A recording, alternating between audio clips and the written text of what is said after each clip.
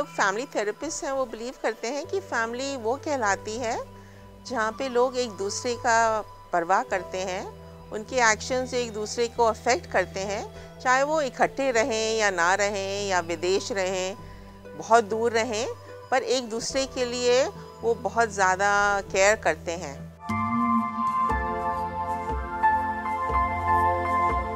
Family therapy एक तरह की थेरेपी है जहाँ पे जो भी परिवार के लोग आना चाहते हैं एक प्रॉब्लम के लिए वो इकट्ठे आते हैं और हम लोग इकट्ठे उनसे बात करते हैं। तो पेरेंट्स और चिल्ड्रन आ जाएंगे, अगर ग्रैंड पेरेंट्स हों वो भी आ सकते हैं। तो जो भी लोग हैं उस प्रॉब्लम के साथ कंसर्न हैं, जुड़े हुए हैं, वो सब आ सकते हैं।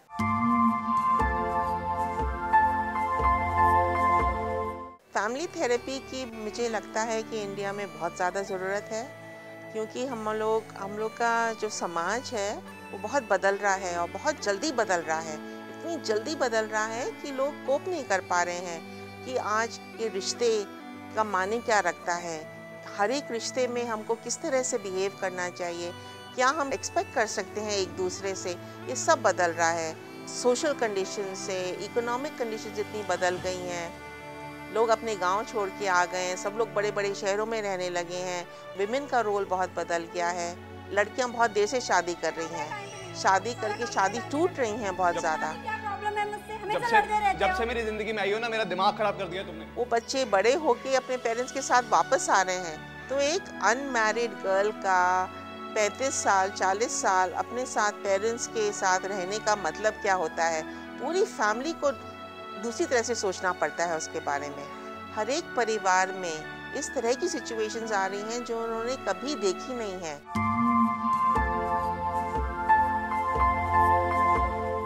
एक तो बच्चों का जो सेगमेंट है वो बिल्कुल निगलेक्टेड है थेरेपी में। ट्रेडिशनली थेरेपी से अलग बच्चों को रखा जाता था। अगर माँ बाप में भी लड़ाई हो रही है तो यही सोचा जाता था कि बच्चों के ऊपर इसका असर नहीं हो रहा है, बच्चे तो स्कूल जा रहे हैं, खेल रहे हैं, उनको क्या पता है। पर आजकल हमको मालूम पड़ रहा है कि बच्चों के ऊपर इमोशनल और मेंटल स्ट्रेन बहुत ज़्यादा पड़ रहा है। सुसाइड के केसेस बहुत बढ़ गए हैं, बच्चों में डिप्रेशन आने लगा है।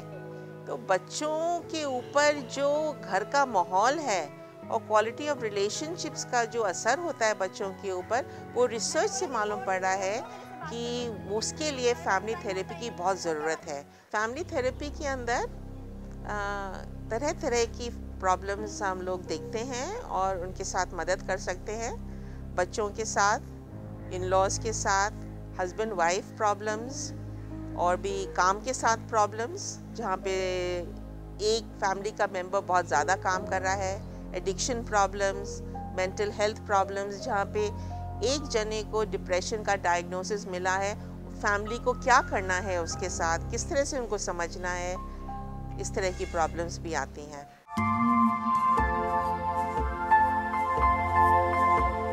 बेनिफिट्स फैमिली थेरेपी की ये है कि जो प्रॉब्लम ट्रेडिशनल थेरेपी में, वन ऑन वन थेरेपी में बहुत सालों लगेंगी, वो प्रॉब्लम्स अक्सर बहुत जल्दी सॉल्व हो जाती हैं, क्योंकि जो भी लोग कंसर्न है उस प्रॉब्लम के साथ, सब वहीं पर एक जगह उसके बारे में सोच रहे होते हैं, तो उसका असर 10 गुना 50 गुना ज़्यादा होता है।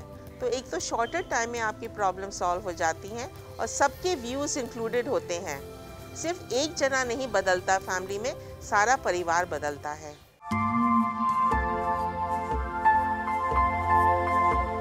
हमारा काम है कि उनको राइट और रॉन्ग नहीं दिखाना, ये नहीं कि किसी की गलती बहुत ज़्यादा पकड़ना।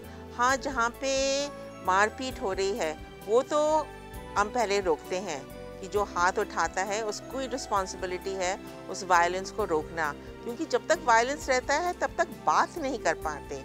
हमारा मकसद ये है कि हम बात करके प्रॉब्लम को सॉल्व करेंगे। अक्सर लोग सोचते हैं कि नहीं, अब हम लोग इकट्ठे ही रहेंगे और इस तरह से अपनी प्रॉब्लम्स रिजॉल्व करेंगे और आगे भी ऐसे ही रहेंगे।